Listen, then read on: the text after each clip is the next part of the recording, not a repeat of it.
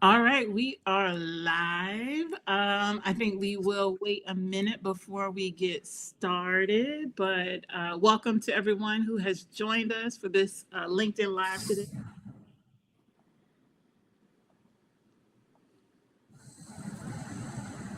So before we get started, Dr. Jet, Dr. King, how's your day going? How are things?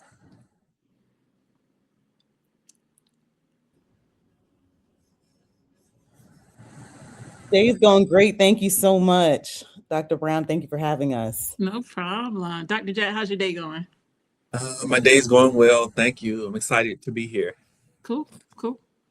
It's a little gloomy. I think we're all in the Atlanta area. It's a little gloomy, but it's better than being super cold. I know much of the dealing with a lot of cold weather. So yes, I appreciate that over the cold. I'll take a little rain. All right. Well, we are go ahead and we will get started. So I'm going to start with some introductions. So Dr. Jet and then Dr. King, if you would not mind introducing yourself to the audience and telling us a little bit about yourself, what you do, and maybe some experience that you have with federal or foundation grants. Okay. So I'm Christopher Jett. I'm an associate professor of math education here at Georgia State. I'm actually here in my office today on campus. My research really looks at Black male students, mathematics, and racialized experiences. I've had a few grants. I had the Intercept Career Grant, which is pretty prestigious for early career folks. I've been involved in a couple state grants, wrapping up a project with Dr. King, a noise grant. And so I have varying experiences within the grant space. Awesome. Awesome. Thank you for that and welcome. Thank you for making time to join us today. Dr. King? Thank you. Hello, everyone. I'm Dr. Natalie King, Associate Professor of Science Education at Georgia State University and founder and executive director of I Am STEM Foundation, Inc., where our vision is to transform the face of STEM one community at a time. In terms of experience with grants, primarily federal grants, I too have a National Science Foundation Early Career Award. And mine was looking at Black girl STEM identity development, so longitudinal study. We Dr. Jet and I have also worked in collaboration for an NSF Noise grant, where we work to recruit STEM professionals and prepare them and get them into high need school districts so that we would have the best teachers for the most deserving middle and high school students in the subject areas of mathematics and science. We also have Earl Waterman Award, Alan T. Waterman Award through the National Science Foundation. And so I've been able to manage some of that. Have some smaller grant projects as well, supporting I Am STEM initiatives across our partnership sites. And it's a pleasure to be here. And we are truly grateful for Dr. Tanisha Brown because she has served as an external evaluator on several of these projects that were mentioned. And so we are happy to talk about that today. Awesome, awesome. And I'll introduce myself. So I am Dr. Tanisha Brown. I'm the CEO of a consulting firm called Transformative Research and Evaluation. So we have the pleasure of working with a number of universities and university faculty and nonprofit organizations. So we often serve as external evaluators for grants that are funded by either the federal government or foundations that require someone to collect data and talk about what the program is doing, how things are going. But we also consult with nonprofit organizations and universities to evaluate their programs to better understand who they are serving, how they are serving them, and areas for improvement. So I'm going to start, I think, with Dr. King and Dr. Jett. A question for you about planning to submit a grant. What tips do you have for people as they plan to submit a grant and as they are choosing a particular grant? What advice, what tips do you have for folks? Dr. J, you can get us started. Okay. So thinking about grants, I'll say one thing first is to pay particular attention to the call or the program solicitation. I know I mentioned the NSF career grant that I applied for, but when I initially applied for that grant, I didn't get it. And so when I applied the next cycle, they had updated some things and made some changes and that sort of thing. And I really didn't pay attention to it until it was almost time for that submission. And so I had to go back and make, the changes to accommodate the updated request. And so that's definitely important because that could have been used against me, had I not followed the most up-to-date rules. Another tip I'll say is, just to work with someone like an evaluator early on. I know we kind of get into this throughout this discussion. I didn't do that early on in my career, and now that I'm on this side, I see the benefits of it, and I see how much time and energy could have been saved in that regard. And maybe one final tip is just to pitch a realistic project. And what I mean by that, so I mentioned my first career proposal that was not funded. One of the issues was that I was just proposing to do too much. But within my mind, I'm thinking, oh, you're giving me $500,000. I need to do X, Y, Z, ABC, 1, 2, 3, and not really understanding the grant world that, it's you set these realistic goals. And so just being mindful of proposing something that's actually realistic. Yeah, I think that's a really good point, Dr. J. I feel like that is part of the benefit of having evaluators and folks who've worked on different projects is that they can give you some feedback and insight and maybe say, hey, yes, I know that you feel like this is a sizable amount of money, but what you are proposing is a lot, right, to do within a 6-month or a year or a 2-year time frame.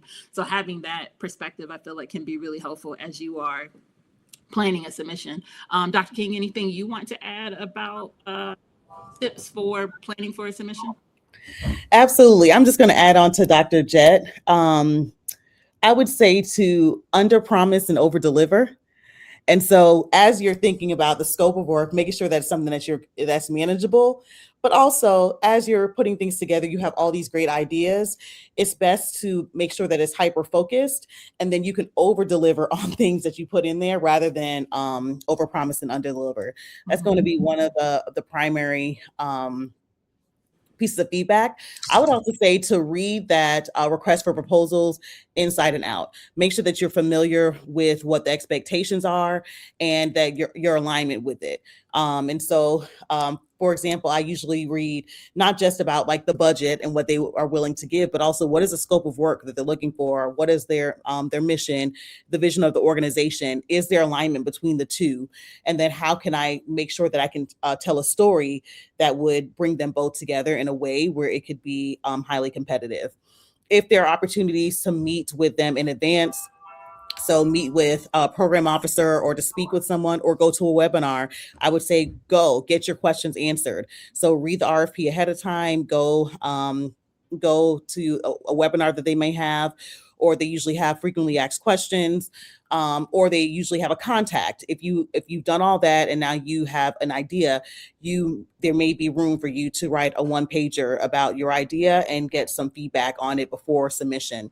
So anything that would really help you to understand how to write in order to be competitive is going to be extremely helpful. Yeah. Awesome.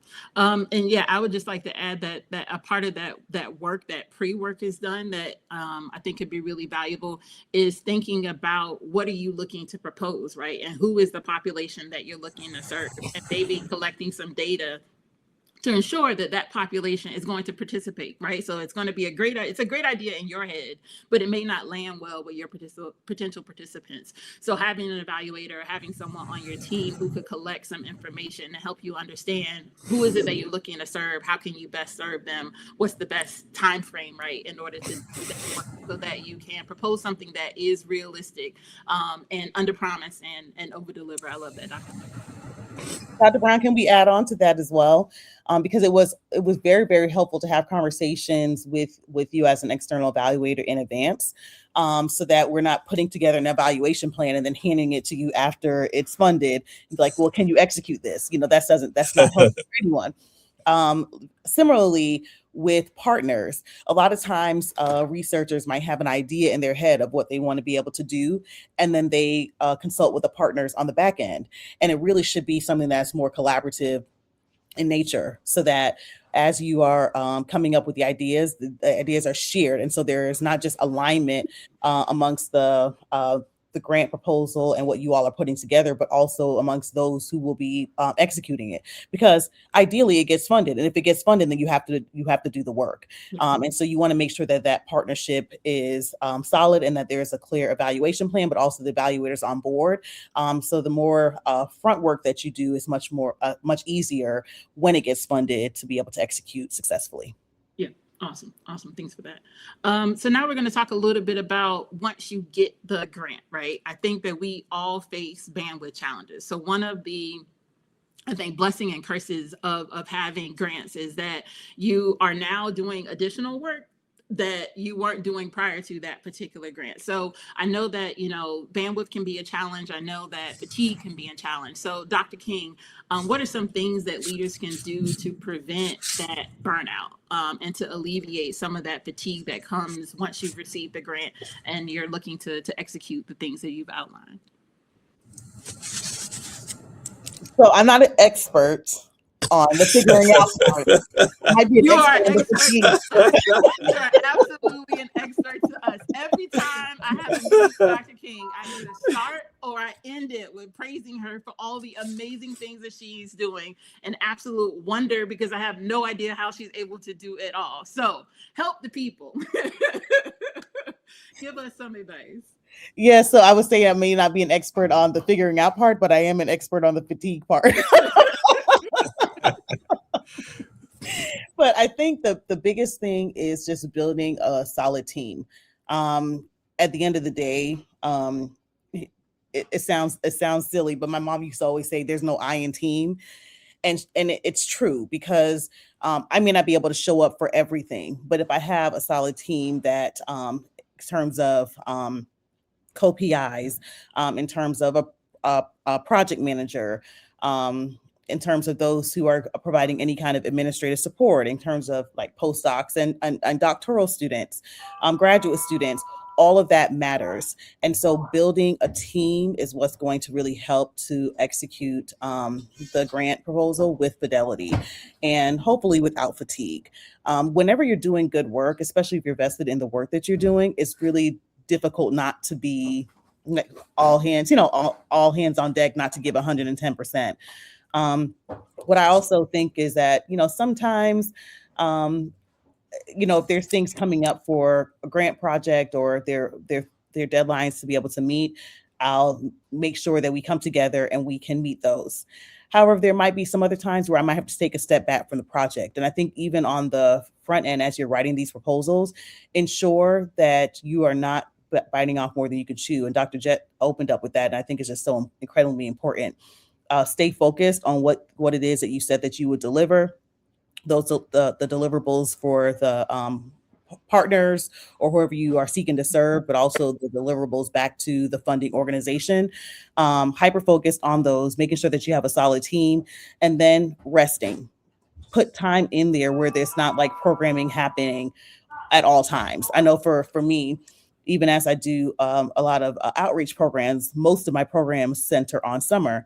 And that's because I don't want to do programming all throughout the year. I can do, a PD here or there, but it's not like sustained programming, because you have to have time where you can recover, when you can actually think about the work that you're doing. For us, honestly, we're just now getting up for air where we can think about some of the work, and it's after our project is like ended. Mm-hmm. So it's been 6 years of going strong with one of our projects. And now we're like, okay, we can actually reflect on the things that we've done. And so even having some organizational structures in place so that as data are collected, you might not have the bandwidth in that moment to be able to reflect on it, but then build in time, either, throughout the year or, when the project is over, where you can then take a step back and look at the work that's being done, not to figure out what's next first, but to figure out, okay, reflective, what has been accomplished, what have we learned from this, how can we begin to disseminate some of this, and then figure out, okay, what can we do next? And so trying to do a better job of that, but bandwidth can be a challenge. I think also with scheduling, just putting set times on your calendar when you're doing grant work, when you're teaching, when you're researching, or whatever else you have on your plate is going to be very helpful. Yeah, I want to reiterate one thing you've said, which was thinking about programming. So Dr. Jett mentioned this earlier about thinking about your schedule and how you're going to plan things out. But I think it's really important that you don't plan programming, you don't plan activities like 12 months of the year, right? That is not a requirement for most grants, right? That is something that you can control as you are planning your grant. So it's really important to plan for those downtimes, and so to give yourself a little bit of air and time. The other thing that I think that you have done, Dr. King, is that you ask for help, right? So in regular meetings that we have, when we talk about the evaluation and we look at the evaluation plan and see what we've accomplished and see what we need to do moving forward, you said, hey, we're really doing some work around self-care with our teachers, right? And I really want to better understand how the self-care work that we are doing is impacting the teachers in their daily lives and in their classes, and how it's helping them to manage stress. Like, how can we do that? And I was like, we can adapt the evaluation plan and we can take on that work, right? Even though that was a research activity, we took the lead on collecting those artifacts, talking with the teachers, conducting a focus group with them, so that we can understand the impact of that self-care work. So I think that communication is really important, in realizing that your evaluator can support you in your efforts so that you can accomplish your goals. Yes, we have an evaluation plan, but we can also support some of the research efforts and the research work. We've gotten a couple of comments, and so thank you everyone for your comments and your questions that you have posted thus far. I think that this first one came in when you were speaking, Dr. Jett, about your career award, and the question was,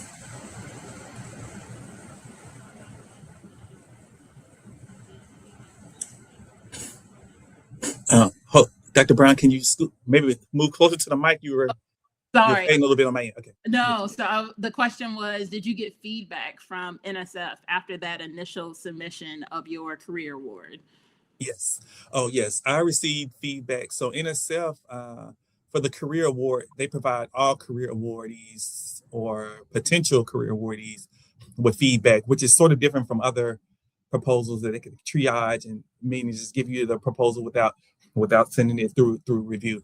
But yes, I received some feedback. One of the most, I guess, the thing perhaps that stands out in light of our conversation is something you mentioned earlier, Dr. Brown, about just having some preliminary findings or this sort of thing. And in my mind, I'm like, well, that's easy. That's easy to do. I'm like, you see my CV, you can see I've been doing the work, but you can't assume that people are going to make those connections for you. And so to me, it seemed like I was being redundant. I'm like, okay, well, I'm spelling out things that clearly it's clearly visible to me, but just don't make that assumption because reviewers may not see it that way. But that was just one thing that stood out. Yeah. So you did receive feedback from the funder so that you can incorporate that feedback. And I think your story about what happened in that particular situation reminds me of why it's important to have a strong team, right, as you are writing your proposal, because they can help by reading it, right? So someone who isn't as close to the work as you are can read it and say, hey, maybe you want to title this section pilot study, right? And to show that you've already got some preliminary data, because you may be writing about it and thinking that that's what it is, but as someone who's reading it cold and not very familiar with it, they may not realize. So that's why it's really helpful to have an evaluator, have someone else who's part of your team to review that proposal and give you some of that initial feedback. My next question is for you, Dr. Jett. You mentioned that you've served as a grant reviewer. What would you say are some flaws when it comes to grant writing and grant submission? What do applicants miss sometimes when they are submitting? Yeah. So in my experience as a reviewer, one thing is perhaps the inconsistency across the proposal. And what I mean by that, like sometimes they have like some sort of logic model or visual or graph or whatever the case may be, whatever you call it, you can name it, whatever. but whatever that is needs to match the particular narrative that's provided within the actual proposal. And I understand that sometimes people use like Google Docs and that sort of thing, and going between different versions or whatever, that sort of thing. But as the writer of the grant proposal, it's the onus is on you to go back and check to make sure, oh, I updated this here. I need to make sure that it matches here and that sort of thing. Sometimes I guess grant reviewers kind of look at that as perhaps maybe being sloppy, even though I've done it sometimes with my own work with just moving things around, like, oh, this mistake, this sort of thing. But at that point, I guess when you're submitting your proposal, the expectation is that, okay, you've looked at this, you've double checked it, you've made sure things are going well. Perhaps another flaw is using perhaps language that the reviewers might not be familiar with. So the reviewers typically come from many different fields, and this is not all funding agencies. So I'm just kind of talking like based on my own experience, and I'm guilty of this. I'm trained as a math education researcher, so I'll use a lot of language that we might use in math education, or examples that's pretty common to perhaps even my doctoral student. They would get it, but somebody who's outside of math education, they might not know. And so if the reviewers are spending a lot of time just trying to decipher what it is that you're saying, that can ultimately be used against you. And so maybe one final flaw is just not using just clear and concise language. Like, you don't have to use all the SAT words and the GRE words. And, even though they sound fancy, we want to show our intelligence and that sort of thing. For grants, you don't have to show that you're smart. We're all intelligent people. So just stick to what the main points are, what are the goals, what are the objectives of the grant. And just make those consistent throughout your actual proposal. Yeah, I think, painting a picture, telling a story, right? Painting a picture, telling a story, but repeat that, painting a picture and telling a story, right? Thinking about what are your major points that you want to communicate to that reviewer, so that they are aware, and that you won't just state that main point one time. You need to state it over and over again, because you got one shot, right? And reviewers are often reading a lot of proposals. So thank you for that insight. Anything you want to add, Dr. King? I do. And I want to add about just alignment. That is sometimes a fatal flaw, because you might say at the beginning, here are the needs. Here are the activities that we're going to do, but then the research design doesn't align with what it is that you said you're going to do. And so I think it's very important that as you're building out the proposal, that you identify what is the need or the problem that you are seeking to address. What are the goals of this particular project? Who is the project team that will come together? Do they have the level of expertise needed to be able to do the work? And then how do you outline those activities that will be in alignment with those the needs and the goals of the objectives, as well as what are the outcomes? What are these intended outcomes? And then how do you have a research and evaluation plan that matches all of that? And sometimes, especially if you're one that is engaged in doing the work, it may be difficult. What do they say? To like see the forest from the trees. So this is when it's helpful to be able to have a team, to be able to have external evaluators, and to bring your partners on board, so that all of you all can come together and make sure that everything flows, everything aligns. I think that is a huge fatal flaw. And even as you are painting, like, who are you bringing together and you're assembling that team, that you're very thoughtful, that you have somebody who's maybe a methodologist, you have your external evaluator, you have those who can execute the program activities, because you want to ensure that there's no weak area, and that you were very thoughtful in who you brought together to be able to do the work. Any pilot data that you have, any publication that you might have had that you can cite to show that you are an expert in this field, or that you have assembled the right team, is always helpful. Yeah. I 100% agree. And I'll say that alignment also with evaluation. There was a question, I think, Jessica, you asked a question about what should be in the evaluation plan. And the way that I describe evaluation to people is that we are taking that 10,000 foot view of looking at the project, because all of the staff, they're really engaging in the day-to-day work. And so the evaluators can take that 10,000 foot view to see how are things going, how are people perceiving the activities that they're engaging in, are they participating in said activities, right? What can you offer? What insights can you offer to the team as they execute the project? So yeah, those are all components of that evaluation plan that can be really helpful to the team so that they can make any modifications that they need to make as they move forward in the work. This is a bit of a selfish question, but I'm going to ask it. So I've served as an external evaluator for both of you for one or more grants that you've been a part of. I would love to know what surprised you about evaluators and the work that they do and how they can be helpful to your project. You can get us going, Dr. Jet. Okay. Yeah. So this has been the most fruitful collaborative partnership project team, whatever words you want to use. I'll say I've had some not so successful projects, and one of the primary reasons was tied to evaluation. So it's actually kind of connected to a fatal flaw now that I think about it, because a flaw can be just, selecting an evaluator around the corner from, I'm just because I'm here at the office. Like I wouldn't want to go and get a evaluator from right around the corner from my department just because that person's a math educator. That's not a grant evaluator. But definitely I'll say a few things. One, the strategic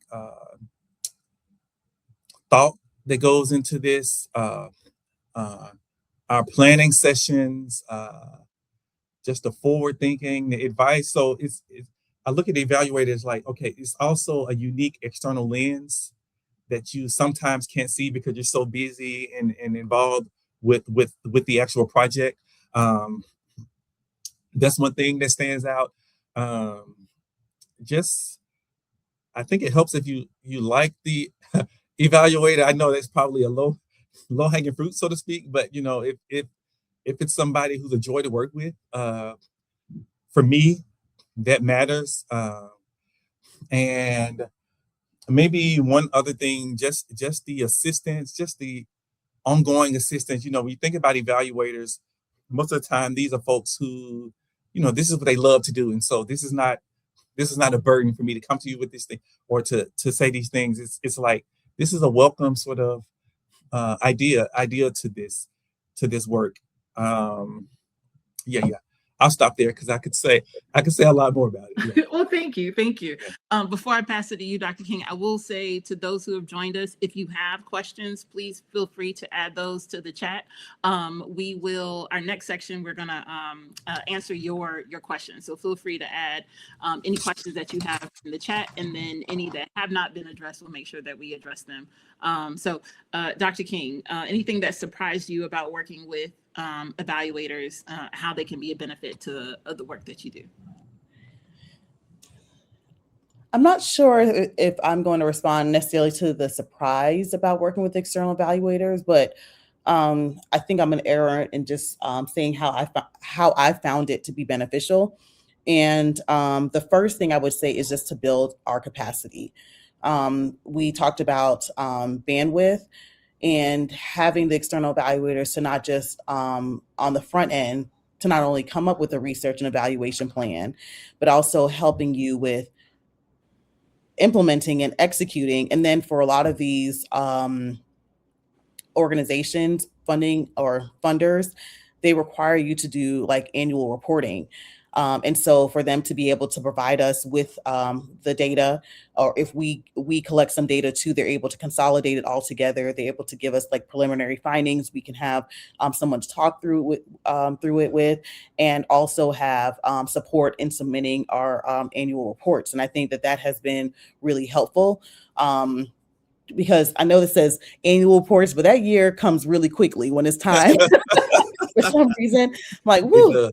And so for them to be able to have all of that the data that they've collected over the years. We meet, we schedule meetings to be able to discuss not only what data were collected, but also like, what are you envisioning over the next year? How can we support this? This is what the proposal said. Are we still in alignment to be able to do that? Do we need to pivot? And so having those conversations to not only build capacity, but also, to be able to have some individuals who have the level of expertise needed that can support you as you're trying to execute a project has really, really been helpful. I guess it could be surprising, but just knowing the quality of work that you have done, I don't know if I was necessarily surprised by it, but more so grateful that we were able to have you as our external evaluator through NOICE, through my career project, as well as through the Waterman Award. Awesome.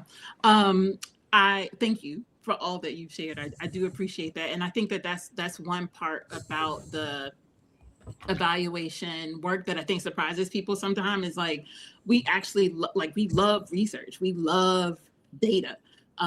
We love to collect data.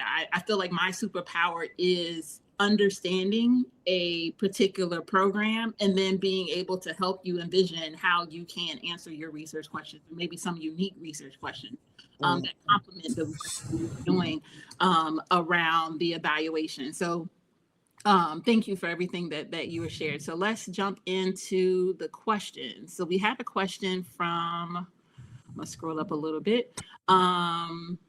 Angela, who asked, are you all currently working at GSU? And GSU is Georgia State University. And her question is, do you work with state of Georgia agencies? So have either of you worked with state of Georgia agencies in your work? Are you open to potential collaborations with state of Georgia agencies? Yeah. So perhaps the Georgia DOE. So I actually serve on the Math Advisory Council, and so it's not necessarily a collaboration in terms of like a research or a grant project, but serving on the Math Advisory Council, we look at things like state standards, different initiatives. For example, the newly recommended Math Matters Act, from the Georgia legislature, that sort of thing. We take a look at those sorts of things, provide recommendations, so on and so forth. But no, that's just one example of something I've done at the state level. Okay, awesome. Are you open to partnering with state of Georgia agencies? Oh, most definitely. Okay, and I see a head nod from Likewise, yes, we're open. Dr. King as well. The other question that I think that we haven't addressed yet is ideal timeline for engaging an evaluator.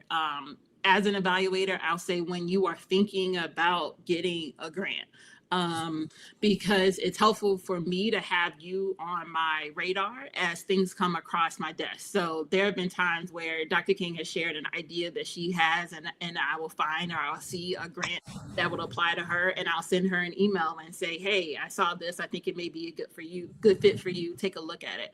I know that there are other clients that I do the same thing, that they know that these are programs that we currently have, or we're thinking about funding, or that we want to provide to our community. And so I can share those opportunities with them.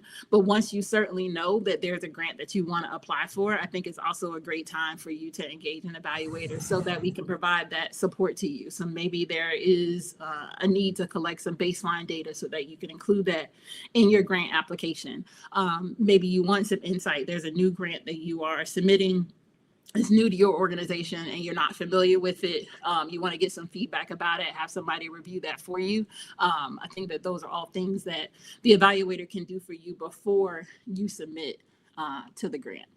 I agree with that. I'll add, I think that's one of the reasons why I had a not so successful project. We did the work as PIs and co-PIs to propose the project, and it's almost like the evaluator was like an afterthought. Like we were almost like scrambling to find an evaluator right before the submission of the project, and that's not a way to do. Maybe that's a fatal flaw. Like you want to have, actually it helps your credibility with reviewers to be able to talk about the evaluator in the same way that you talk about other parts of the particular project. I will say it's funny because I was thinking about this LinkedIn Live, and I was looking at some of my grant writing books. So I have I'm not home, but at home I have like a little shelf of like grant writing books, and I was like, oh, trying to get some cheat sheets, right, to think about what I would say, and I noticed that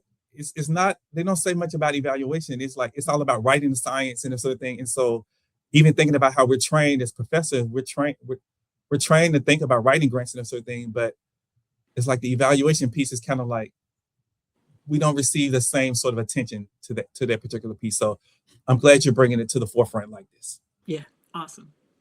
Anything you want to add, Dr. Ging? About working with evaluators, benefit of evaluators. And so let me check the chat to see if there are other questions. Jessica has a question about how do you incorporate them into your budget? And I think this is also why it's important to engage the evaluator early. I can't speak for all evaluators. They all have different rates. They all have different percents. It's generally some percent of the total amount of the grant goes to the evaluation budget. But the budget is also flexible based on what the activities are. So I have written evaluation budgets and plans where there are years where we do a lot of interviews, one-on-one interviews with participants, and there's an extremely high cost, right, to those one-on-one interviews, transcribing those interviews, analyzing that data. And so maybe that happens in year 2 and year 4, and so you have a larger evaluation budget that year. But then the other years of the project, you're looking at surveys or other types of data collection. So your evaluation budget should also be a reflection of the activities that your evaluator is engaged in. If you want them to meet with your team once a week, right, that's a much higher cost than a monthly meeting with the team. So there are a lot of things that go into that, but generally with most evaluators, it's a percent of the budget that they're asking for. And that is also then incorporated in that budget that you submit to the fund. Have this large evaluation plan, but only a very small budget for evaluation for a year. And there's no way, right, that your evaluator can conduct those activities. So that could be a fatal flaw when it comes to reviewers and reviewing your grant application. So as we close out, I want to ask each of you to share either what's next for you personally or professionally, or what's one hope that you have in this grant space or this education research space that you both work in. Dr. Hinton, you want to kick us off, and we can move to. Yes, and so because of the work that we are doing right now, a lot of emphasis, as an academic, has gone into writing for like federal grants and writing research grants, even though much of the work is, while we do research, it is directly impacting students, teachers, community members. And so now I'm thinking about what does this look like to be able to almost like repurpose those same skills, but do it in a way where we can do more relationship building with other philanthropic organizations and organizations we probably never really gave much thought to that could support the work. And even though the grants may not be as large, it will help us to be able to continue engaging in the work at some level. And so just thinking through what that might look like, which I thought about it before a little bit, but now I'm like forced to be able to see what does this mean for us to continue to engage communities, provide resources, and continue the research, even if it's at a smaller level, so that we don't lose momentum.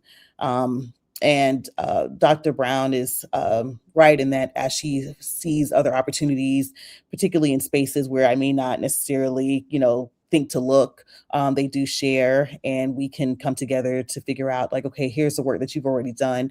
Here's how it could fit in alignment, or here's this piece of the work that you can kind of submit to this particular proposal. So that's kind of the next phase that we're in. It's a little bit scary to think,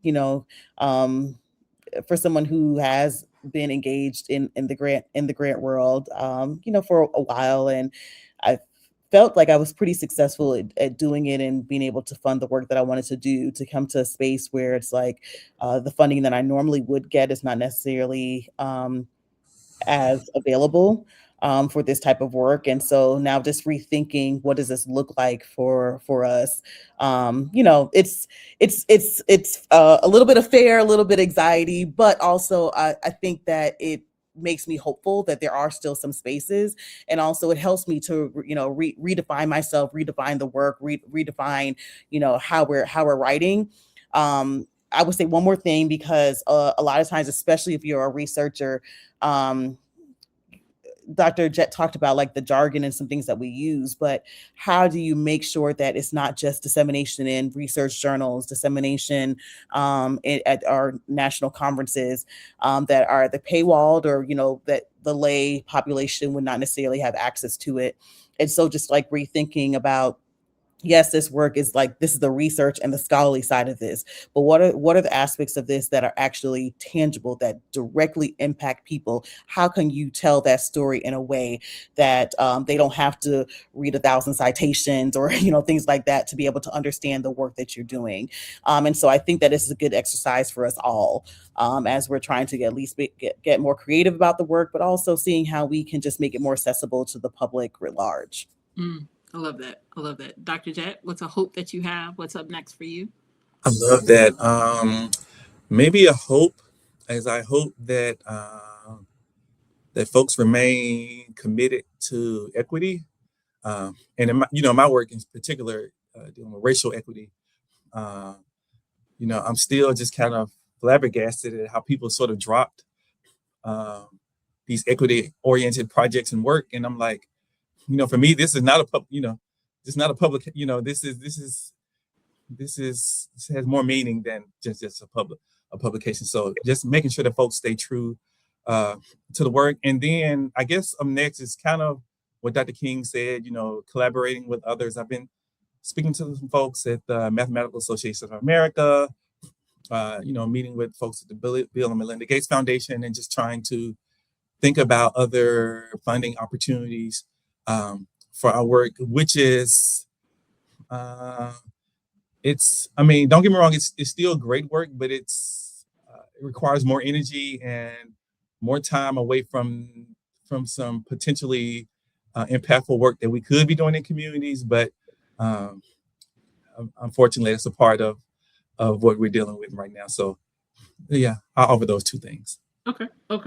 I think for my hope is that I think it's related to what Dr. King is saying, is that people won't, or both of you are saying that people won't abandon the work, right?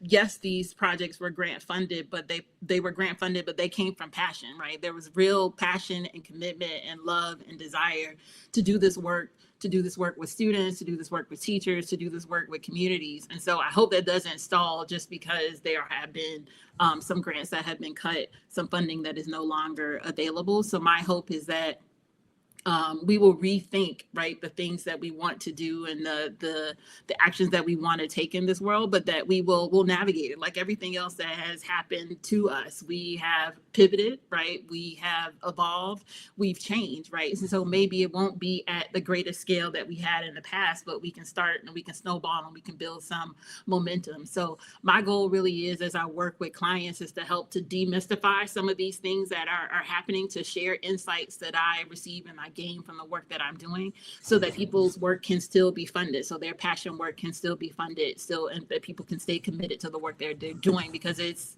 needed, it's necessary. Just because some people don't value it doesn't mean that it doesn't have value. It still has value, and so my hope is that it will continue to flourish and to grow. And so as we close out, I want to highlight a couple of things. If you are new to Transform with Trey, new to Dr. Brown, I do want to provide you with an opportunity to click the link that is in the chat. and to join our newsletter. With that newsletter, my promise to you is that it is short, no more than a 3-minute read, and it is once a month. And so it includes at least three grants every month. Some month we've been sharing 6 or 9 grants, but my promise to you is that you'll receive at least 3 grants, and then you receive some reflection, some insights from the work that we are doing. And so some of it is related to grants, some of it is related to who you are as a person, as a professional. And so 3 grants, an insight, and a resource. So thank you all for joining us today. Thank you for the attendees who are joining, and thank you both to my guests, Dr. King and Dr. Jett. Thank you so much for taking time to join me today. And we are going to sign off. So thank you all. Thank you. Have a good rest of your day.